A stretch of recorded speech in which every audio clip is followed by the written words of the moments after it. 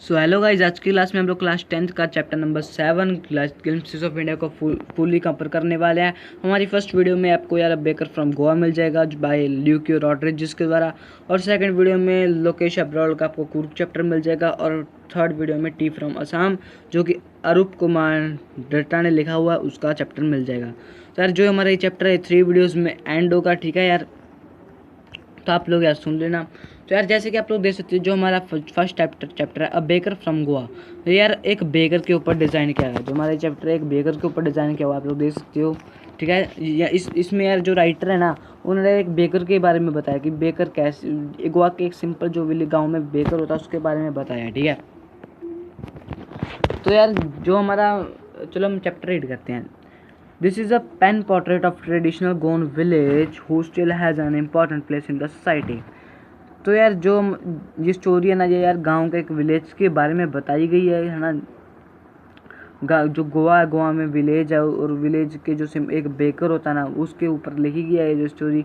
और ये स्टोरी यार जो इसके राइटर हैं यार ल्यूक्यू रॉड्रिगेज, इन्होंने अपने यार हाथों से खुद लिखी है ना। तो यार चलो हम, और जो इसकी तुलना जो बेकर है हमारे गोवा में, इसकी तुलना एक ऐसे इंपॉर्टेंट प्लेस के समान की गई है जैसे कि कोई सोसाइटी में एक इंपॉर्टेंट प्लेस होती है, उसके समान इसकी तुलना की गई है। So where our elders are often heard reminiscing nostalgia about these old Portuguese days. तो यार जो reminiscing nostalgia का मतलब आप लोग देख सकते हो यार, यहाँ पर लिखा हुआ thinking up fondly about a past.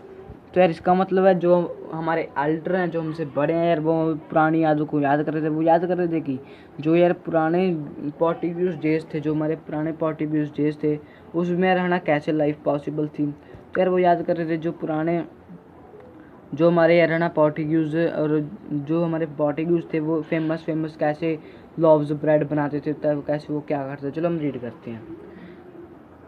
Those eaters of loaves might have vanished but the makers are still there. कहते जो वो लोव्स बनाते थे, जो वो ब्रेड बनाते थे, उनको खाने के लिए बाहर से अगर मान लो कोई नया कोई आदमी आता है, तो वो उसके ब्रेड को ना तभी यार पसंद कर लेते थे। पर जो यार मतलब बनाने वाले थे, बेकर थे, वो वहीं पर थे। मतलब हम लोग ऐसा कह सकते हैं कि जो उनके मतलब है ना, जो कस्टमर थे वो बहुत ही ज़्यादा थे, और हर एक कस्टमर उनके ब्रेड को पसंद करता था, ठीक है। We still among us the mixers, the molders and those who bake the loaves. तो यहाँ पर हमें यार उसका बताया गया कि जो लोव्स हैं वो कैसे बनते थे, ठीक है। वी स्टिल हमें बताया गया कि क्या क्या प्रोसेस लगती थी। तो सबसे पहली प्रोसेस में जो आटे को यार मिक्सर में ना मतलब किया जाता था, और फिर उसको मोल्ड किया जाता था आटे को, और फिर उस आटे से है ना यार जो बेकर था अपने लोव्स बनाता था, ठीक है। तो यार पुराने ज़माने में age old time tested furnaces still exist. जो पुराने ज़माने में क्या होता था यार, जो पुराने ज़माने में जो पुराना टाइम था, तब यार जो फर्नासेस मतलब जो टेस्टेड फर्नासेस थे वो आती रहती थी। मतलब टेस्टेड फर्नासेस क्या होती हैं, मतलब जो दुकान थी वो मतलब हर एक गाँव में एक दुकान होती थी, ठीक है। The fire in the furnace has not been exist. मतलब कि यार वो बहुत ही है ना आग के भांति यार, वो ना बहुत ज़्यादा मतलब आगे मतलब बढ़ती रहती थी उनकी। मतलब अगर हम कहें तो वो बहुत आगे जा रही थी उनकी दुकान, ठीक है। The third and jangle of the traditional baker bamboo heralding his arrival in the morning can still be heard in some places. तो हेरल्डिंग का मतलब होता है यार अनाउंसिंग, ठीक है। तो क्या होता था यार, तो ऐसा होता था कुछ, ठीक है। जो यार थर्ड एंड जंगल, ये दोनों साउंड है यहाँ, ठीक है। जो ट्रेडिशनल बेकर है ना, वो अपने बैम्बू से ना, जब अपने बैम्बू को नीचे घिसरता था, तो उससे यार कुछ साउंड आती थी। जैसे कि आप लोग देख सकते हैं, यहाँ पर लिखा थर्ड एंड जंगल, ये साउंड का नेम है। ऐसी साउंड आती थी जिससे कि क्या होता था, ठीक है, जिससे कि जो लोग थे उनको पता चल जाता था कि बेकर आया, और वो फिर बाहर आकर है ना उनसे ब्रेड खरीद लेते थे। Maybe the father is not alive but the son still carries on the family profession. पर हम कह सकते हैं कि जो उनके यार माँ बाप थे वो नहीं थे, पर जो उनके बच्चे थे, जो उनकी आगे जनरेशन आई थी, वो उनका काम संभाल रहे थे। जैसे कि आपको पता है, जैसे कि मान लो एक फादर है, ठीक है, वो फादर है, वो बेचता है, फिर बेकर है, बेकरी करता है। और फिर उसका जो बच्चा है, जो अगर वो मर गया तो उसका बच्चा है वो बेकरी करेगा, और फिर वो भी उसका भी बेटा है वो भी बेकरी करेगा, ठीक है। तो यार ऐसे करके जो ये जनरेशन है चलती रहती है यार, ये रुकती नहीं है, ठीक है। The bakers are even today known as poder in Goa. तो जो बेकर्स हैं यार, तो आज के टाइम में ना जो बेकर्स हैं उनको पदार कहा जाता है गोवा में। जो पैडर है, जो पैटर्न है यार एक उसका जो ये पैटर्न है यार, आप लोग देख सकते हो, ये क्या यार पोर्टुगीज डेज है, पोर्टुगीज है ना उस लैंग्वेज में यार, एक उसको ना पैटर को बेकर कहा जाता है, ठीक है। पोर्टुगीज लैंग्वेज में पैडर को बेकर कहा जाता है। तो यार यहाँ पर ना जो लेखक हैं वो अपनी यार ना चाइल्डहुड के बारे में बताते हैं कि उनका बचपन कैसे बीता। तो कहते हैं during our childhood in Goa, during our childhood in Goa the baker used to be our friend companion and guide. He used to come twice at least twice a day. तो यार जब वो बताते हैं कि जब हमारा बचपन था तो जो बेकर था ना वो हमारा यार एक बहुत ही अच्छा क्लोज फ्रेंड था, एक कंपेनियन था, एक गाइड की तरह काम करता था। तो यार he use to come at least twice a day, वो हमारे घर पर कम से कम 2 बार तो आता था। तो अब हम जानेंगे कि वो 2 बार कब आता था, कौन से टाइम पर आता था। Once he set out in the morning and selling his round, and then again when he returned after emptying his used basket। यार सबसे पहले तो यार वो तब आता था जबकि वो मॉर्निंग में निकलता था अपने जो ना ब्रेड को बेचने के लिए, ब्रेड सेल करने के लिए। वो मॉर्निंग में जब निकलता था अपने घर से, है ना, तब आता था पहली बार तो। और फिर दोबारा यार जब वो अपने घर की तरफ वापस जा रहा होता था खाली बास्केट लिए, है ना, तब उनको मिलता था। द जिंगलिंग थर्ड of his bamboo woke us up from sleep and we ran to meet and greet him. जो यार वो कह रहे हैं, राइटर कह रहे हैं कि हम लोग यार सो रहे होते थे, स्लीप कर रहे होते थे, ठीक है, पर जब जैसी जो इनकी जिंगलिंग थर्ड मतलब जो साउंड थी बैम्बू की ना, वो हमें यार उठा देती थी और हम भाग करना यार उसके पास जाते थे और उससे मिलते थे। वाई इट सो, तो ऐसा क्यों? Why it for the love of the love, क्या उनको जो ब्रेड है ना उसको पसंद करते थे? नॉट एट ऑल, नहीं। The loaves were bought by some पैस्किन और बैस्टिन the maid servant of the house. तो कहते हैं जो लोव्स थे यार, जो ब्रेड के लोव्स थे, वो ना जो पैस्किन और बेस्टिन है यार, घर की एक मेड है ना उसको कहा गया है। तो कहते हैं यार जो लोव्स है ना यार वो मतलब लाए जाते थे पैस्किन और बेस्टिन एक मेड सर्वेंट को कहा जाता है यार, कि जो भी कोई घर में यार है ना कोई सर्वेंट रखा हुआ है हमने तो उसको पैस्किन और बेस्टिन कहा जाता है। तो कहते हैं यार जो लोव्स थे वो उनके द्वारा लाए जाते थे और हम लोग यार उसको फिर टेस्ट करते, ठीक है। What we long for were those bread bangles which we choose carefully. Sometimes it was sweet bread or special milk। तो वो लेखक बताते हैं यार, ठीक है, वो अपनी बचपन की बातें बताते हैं कि है ना कई बार क्या हो जाता है, जो बड़े लोग थे उनको तो यार ऐसे ब्रेड शेप में मतलब ऐसे चॉर्स डब्बे के शेप में ब्रेड मिलता था, पर जो बच्चे थे उनको यार ये ना ऐसे बैंगल के शेप में यार ब्रेड मिलता था। और जो बच्चे थे ना यार वो इस बैंगल शेप ब्रेड को बहुत पसंद करते थे, बहुत लाइक करते थे। वो इतना लाइक करते थे कि वो उसको खाने के लिए यार इतना तरस जाते थे कि वो है ना थोड़ा सा भी यार है ना उसका वेट नहीं कर सकते थे। The baker made his musical entry on the scene with the Jhang Jhang sound on his specially made bamboo staff। तो स्टाफ स्टिक को कहा जाता है यार, जो स्टाफ उसका मतलब यार स्टिक, ठीक है। तो यार जो लेखक हैं बताते हैं कि जो यार हम बेकर है वो ना यार एक हाथ से तो यार एक मतलब बैम्बू से ना टोकरी को पकड़ता था और उसका वो बैम्बू उसको नीचे यार ज़मीन में घिस कर यार झंग झंग आवाज़ निकालता था, जो कि यार एक बहुत ही मतलब अगर हम कहें तो बहुत ही अच्छी आवाज़ आती थी, म्यूज़िकल एंट्री आती थी, जिससे कि यार जो उनको पता चल जाता था कि हाँ भैया है ना बेकर आ गया, और फिर वो भाग कर उससे है ना ब्रेड ले लेते थे। तो यार अब क्या होता है, one hand sporting the basket on his head and the other banged the bamboo on the ground, ठीक है। ये वही लाइन लिखी है यार मैंने आपको बता चुका हूँ कि यार वो अपने एक हाथ से तो बास्केट को पकड़ता था और दूसरे जो बैम्बू का टुकड़ा होता था उससे ना यार वो उसे ज़मीन पर रगड़ता था, और जैसे वो रगड़ता था जो उसमें से झंग झंग आवाज़ आती जो कि एक बहुत ही म्यूजिकल एंट्री होती थी, ठीक है यार। He would greet the lady of the house with the good morning and then place his basket on vertical bamboo। तो यार वो क्या करता था, जो बेकर है वो यार पहले उसके उनके घर आता था, ठीक है। फिर वो यार जो लेडी है ना यार उनके घर में, उसको यार मतलब गुड मॉर्निंग बोलता था और फिर वो अपनी बास्केट को नीचे रख देता था और फिर उसमें से है ना वर्टिकल बैम्बू को नीचे रखता था और फिर वो अपने जो ब्रेड है उनको बेचता था, ठीक है। We kids would be pushed aside with the mild rebuke and the loaves would be delivered to the servant. तो रेब्यूक का मतलब है एन एक्सप्रेशन ऑफ डिसएबल और स्कोल्डिंग, ठीक है। तो यार जो लेखक हैं वो बता रहे हैं कि जब हम बच्चे थे तो जो हमारे माता पिता है ना वो हमें यार धक्का दे देते थे। जब वो बेकर आता तो जो हमारे माता पिता वो हमें धक्का दे देते थे, है ना, और वो पुश करते थे और है ना हमें पीछे की तरफ कर देते थे, है ना, और वो आप आगे आकर ब्रेड ले लेते थे, ठीक है। But we would not give up, पर हम इतना ही नहीं चाहते थे, पर हम आगे अगर चाहते तो हम सुनेंगे। We would climb a bench और a parapet and peep into the basket somehow.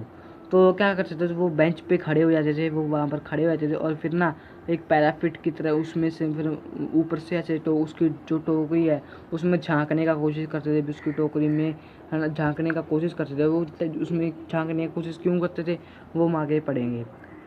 I can still recall the typical fragrance of those loaves. तो जो राइटर है वो बोल रहे हैं कि है ना जो उसकी जो खुशबू है जो लोव्स की, वो मुझे अपनी तरफ आकर्षित कर रही हैं, ठीक है। Loaves for the elders and bangles for the children. तो कहते जो यार बड़े हैं, बड़ों के लिए तो यार है ना जॉर्ज डब्बे में लोव ब्रेड आता था, पर जो बच्चे हैं उनके लिए है ना एक गोल सर्कल में बैंगल की शेप में यार लोव्स आता था, ठीक है, ब्रेड आता था, ठीक है। तो यार then we did not even care to brush our teeth and wash our mouth properly. तो हमारे पास यार इतना भी हमारे पास सब्र नहीं होता था कि हम पहले जाकर ब्रश कर लें और अपने दांतों को साफ कर लें और अपने मुंह को धो लें अच्छे से, हमारे पास इतना टाइम भी होता था। कहते और हम ऐसा करें भी क्यों, and we should be why who should. तो बोलते हैं कि who would take the trouble of plucking the mango leaf for the toothbrush. तो वो कहते हैं कि है ना जब वो कहते हैं कि है ना को उतना यार झंझट कौन करता है ना, इतना फालतू की वो झंझट कौन करता है कि पहले वो वहाँ से पहले ना अपना ब्रश करें। तो जो लेखक का वो अपने पुराने ज़माने के बाद में बताते थे कि यार जो मैं ना वो बताते थे कि जब पहले टूथब्रश नहीं होते थे तो वो कैसे ब्रश करते थे। तो वो ना एक यार है ना वो दातुन को यूज़ करते थे, ठीक है, दातुन लेते थे जिसको हम अगर कह दें तो जो दातुन है ना पहले ज़माने में दातुन का यूज़ किया जाता। और वो दातुन कौन से पेड़ से ली जाती थी, हाँ जो एजुकली वो यार नीम के पेड़ से ली जाती थी, ठीक है। पर जो हमारे जो राइटर है वो यार मैंगो की लीफ है, जो मैंगो का पत्ता है, मतलब मैंगो की टांग जो हम अगर कह दो उसकी मैंगो का जो है ना पत्ता है ना, मैंगो पेड़ से ना उसकी मतलब अगर हम कह दें तो उसकी मतलब डंडी को तोड़कर फिर उससे दातुन किया करते थे, ठीक है। जो कि उनको करना बहुत ही यार मुश्किल लगता था, बहुत ही डिफ़िकल्ट वर्क लगता था। और फिर ऐसा उनको लगे भी क्यों, क्योंकि दांत ब्रश करना क्या ज़रूरी है, वो ऐसा कहते थे। And why was it necessary at all. The tiger never brushed his teeth. कहते जो टाइगर है वो कभी भी अपने दांतों को ब्रश नहीं करता। Hot T could wash and clean up everything so nicely after all. जो कहते वो जो हमारे राइटर हैं लॉर्ड रॉड्रिजिस, वो हमको बताते हैं यार कह रहे पहले यार आपको खाना खा लेना और फिर उसके बाद है ना जो चाय का एक कप है उसको पी लो, और जो चाय है ना साथ ही चाय को पी लो, जो कि जो चाय है वो आपके दांतों को यार बिल्कुल साफ़ कर देगी, है ना, और फिर ब्रश करने की तो लोड़ ही नहीं है, ठीक है।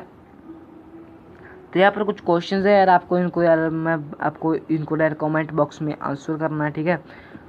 What are the elders in Goa nostalgic about. आपको जो क्वेश्चन है ना आपको इसको आंसर करना है, ठीक है। और आपको एक इस क्वेश्चन को आंसर करना है, why what is the baker called.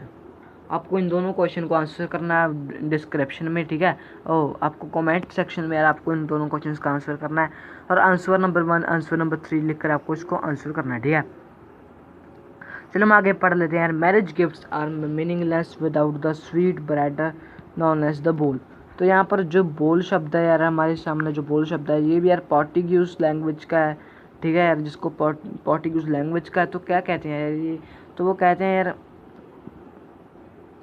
अगर किसी के यार मैरिज होती थी ना तो यार गिफ्ट हैं जो गिफ्ट देते थे, तो वो जो गिफ्ट है ना वो उनको मिठाई नहीं देते थे यार, वो गिफ्ट में उनको ब्रेड देते थे, ठीक है, जिसको हम लोग पोर्टुगीज लैंग्वेज में बोल भी कहते हैं।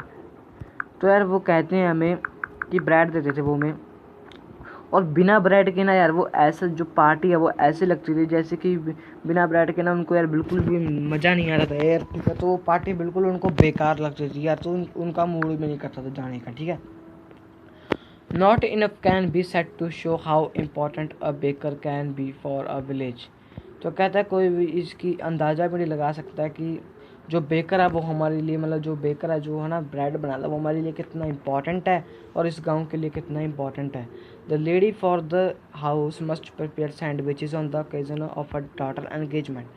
तो कहते जो लेडी है यार उस घर की ना वो यार जो उसकी लेडी है ना यार वो अपनी जो उसकी डॉटर की एंगेजमेंट के ओकेजन पर सेरेमनी पर एंगेजमेंट सेरेमनी पर ज़्यादातर वो यार सैंडविचेज ही बनाती थी, ठीक है। Cakes and bolinas are a must for Christmas as well as other festivals. तो यार ये जो बॉलिनहाज है यार ये यार पोर्टुगीज लैंग्वेज में कोई यार स्वीट होगी, ठीक है।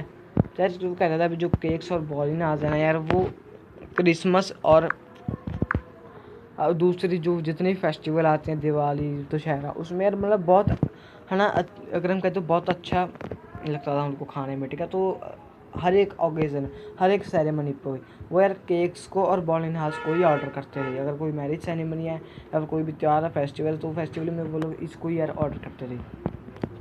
Thus the presence of a baker furnace in the village is absolutely essential. तो यार इस तरह करने से यार जो बेकर है उसकी जो प्रेजेंस है यार है ना वो इतनी ज़्यादा बढ़ गई थी यार कि अब बिना बिना बेकर के ना यार वो इतनी ज़्यादा बढ़ गई बिना बेकर के उनका यार दिन ही नहीं कटता था, क्योंकि बिना ब्रेड के उनकी ज़िंदगी है ना, बिना यार ब्रेड के उनकी जो दिन है वो शुरुआत ही नहीं होती थी। The baker or a bread seller of those days had a peculiar dress known as kabai.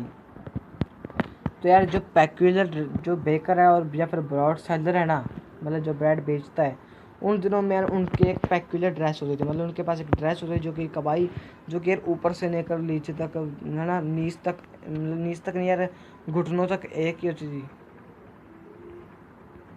घुटनों तक वो यार एक ही होती थी, ठीक है। सिर से लेकर घुटनों तक होती थी यार वो। तो यार even today anyone who wears a half pant which reaches just below the knees, तो यहाँ पर लिखा गया है it was a single piece long frock reaching down the knees. तो यार वो सिर्फ एक यार फ्रॉक मतलब फ्रॉक की तरह होती थी जो कि सिर्फ नीज मतलब घुटनों तक आती थी। In our childhood we saw bakers wearing a shirt trousers which were shorter than full length ones and longer than half pants. तो यार जो लेखक है वो बताते हैं यार हमें कि आज के ज़माने में है ना जो हमारे बचपन था है ना उसमें यार बताते हैं कि जो बेकर्स है ना वो यार एक शर्ट पहनते थे, मतलब एक शर्ट पहनते थे और ट्राउज़र पहनते थे जो कि यार बहुत छोटे होते थे, ठीक है। मतलब फुल लेंथ में नहीं होते थे वो, मतलब 75% होते थे, मतलब अगर हम कह दें तो वो 3/4 एरिया होता था पैंट का, जैसे कि पैंट का 3/4 एरिया था, वो घुटनों से नीचे भी आते थे पर नीच से ऊपर भी आते थे, ठीक है। तो उससे ऊपर भी आते थे और घुटनों से नीचे भी आते थे। तो यार वो इतनी होती थी पैंट, ठीक है। Every day even today anyone who wears the half pants which reaches just below the knees invites the comment that he is dressed like a padder. तो यार अगर हम वो कहते हैं कि अगर हमने विलेज में ना किसी को यार ऐसी छोटी छोटी पैंट पहने देख लिया है ना, देख लेते हैं तो यार हम उसको ना यार ऐसे समझ लेते, मतलब अगर हम उसको ना इनवाइट में कर देते हैं कि यार ये तो यार बिल्कुल सेम टू सेम है ना बेकर लग रहा है यार, हम लोग उसको यार मतलब कहते तो बेकर की तरह, मतलब कह रहा वो बेकर की तरह यार है ना एक्ट करते थे, उसको वो बेकर समझ लेते थे। जो पैडर है यार मैंने आपको पहले बता दिया यार, इसको यार जो ये पोर्टुगीज लैंग्वेज में इसको बेकर कहा जाता है, ठीक है। The baker usually collected his bills at the end of his month. तो कहता है यार जो बेकर है ना वो यार अपना बिल मतलब महीने के आखिर वाले दिन लेते थे। तो यार जैसे कि आप लोग देख सकते जो मिल्क मैन होते हैं या फिर धोबी घाट पर जो धोबी कपड़े धोते हैं प्रेस करते हैं है ना, वो भी यार जो अपना हिसाब है ना यार जो उसका सारा टोटल इनकम है वो सारी की सारी यार वो एक महीने का ही रखते हैं, वो हिसाब रखते हैं एक महीने का, ठीक है। और वो सारा का सारा इकट्ठा ले लेते हैं, मतलब monthly accounts used to be recorded on some wall in pencil. मतलब यार जो लोग थे ना यार घर पर रहते थे वो क्या करते थे, वो ना मतलब महीने का जो हिसाब है ना वो यार अपनी दीवारों पर, मतलब जो उनकी वॉल है ना उस पर यार हाँ यार वो लिख लेते भी आज का इतना, आज का इतना, आज का इतना, आज का इतना, आज का इतना। वो पूरा यार है ना 30 डेज़ का जो रिकॉर्ड है वो लिख लेते थे ताकि वो भूल ना जाए और फिर उससे ज़्यादा पैसे ना लूट लिए जाएँ। ठीक है। Baking was indeed a profitable passion in old days. कहते हैं उन पुराने दिनों में जो बेकिंग है वो,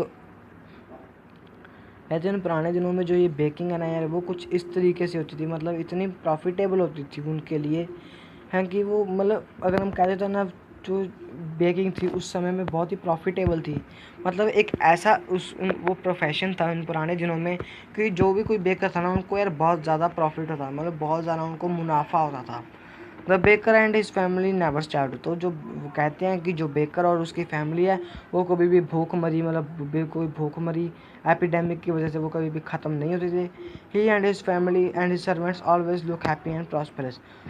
जो बेकर है और उसकी जो फैमिली है वो हमेशा यार मतलब खुश दिखाई देते थे और प्रॉस्पेरस, मतलब हमेशा यार अगर हम कहते तो दूसरों की मदद करते रहते थे ना, बहुत खुश दिखाई देते थे। Their plump physical was an open testimony to this. यार कुछ वो ऐसा करते थे जिससे कि यार है ना, टेस्टिमोनी का मतलब होता है public statement about a character और क्वालिटी। ठीक है। तो यार वो कुछ ऐसा करते थे जिससे कि यार लोगों को अच्छा लगे। ठीक है। Even today any person with the jackfruit like physical appearance is easily compare to a baker. तो यार आपको जो जैक फ्रूट आपको वो तो पता ही होगा यार, वो बहुत मोटा होता है। ठीक है। तो यार वो जो आज के ज़माने में यार जो लोग हैं वो कहते हैं कि अगर यार कोई भी पर्सन जैक फ्रूट की तरह फूला हुआ है ना, तो यार हम उसको यार किससे किससे डिनोट करते हैं, हम उसको डिनोट करते हैं कि बेकर से। तो जैसे कि आपको पता होगा यार जो बेकर हैं वो खाते पीते घर के होते हैं, है ना, और उनके जो बेकर हैं उनकी कमाई में भी बहुत मुनाफा है, तो वो खूब मोटे होते हैं, खूब मतलब कि अच्छे खासे उनकी बॉडी होती है। तो यार इसलिए ना यार वो जो हमारा जैक फ्रूट है उसको यार कंपेयर किया गया एक बेकर के साथ। तो यार यही था हमारा आज का स्टोरी है जो अब बेकर फ्रॉम गोवा। और हम अपनी नेक्स्ट स्टोरी में यार है ना जो हमारी नेक्स्ट स्टोरी है कूर्ग, उसको हम अपनी नेक्स्ट वीडियो में यार एक्सप्लेन करने वाले हैं। नेक्स्ट वीडियो विल बी सून। और अगर आपको हमारी वीडियो थोड़ी सी भी हेल्पफुल लगे, थोड़ी सी भी अच्छी लगे ना यार, तो यार वीडियो को एक लाइक तो कर देना यार, क्योंकि आपके एक लाइक से मुझे मोटिवेशन मिलता है और अच्छी अच्छी वीडियोस बनाने का, है ना, जिससे कि यार मैं आपके लिए और अच्छी से मेहनत करने का मुझे मोटिवेशन मिलता है। और अगर आपको यार आप लोग चैनल पे न्यू पहली बार विज़िट कर रहे हो तो यार चैनल को सब्सक्राइब कर लो यार। और अगर आपने अभी तक यार सब्सक्राइब कर बेल आइकन को प्रेस नहीं किया तो बेल आइकन को हिट कर ऑल पे क्लिक कर लो यार। तो आज की क्लास में इतना ही यार। तो यार मिलते हैं हम अपने अगली वीडियो में, तब तक के लिए बाय। और जो क्वेश्चन आंसर्स यार मैंने आपको बताए हैं ना, जो 2 क्वेश्चंस के, वो आपको कमेंट बॉक्स में आंसर कर देने हैं। ठीक है यार। तो आज की वीडियो में इतना ही यार, बाय।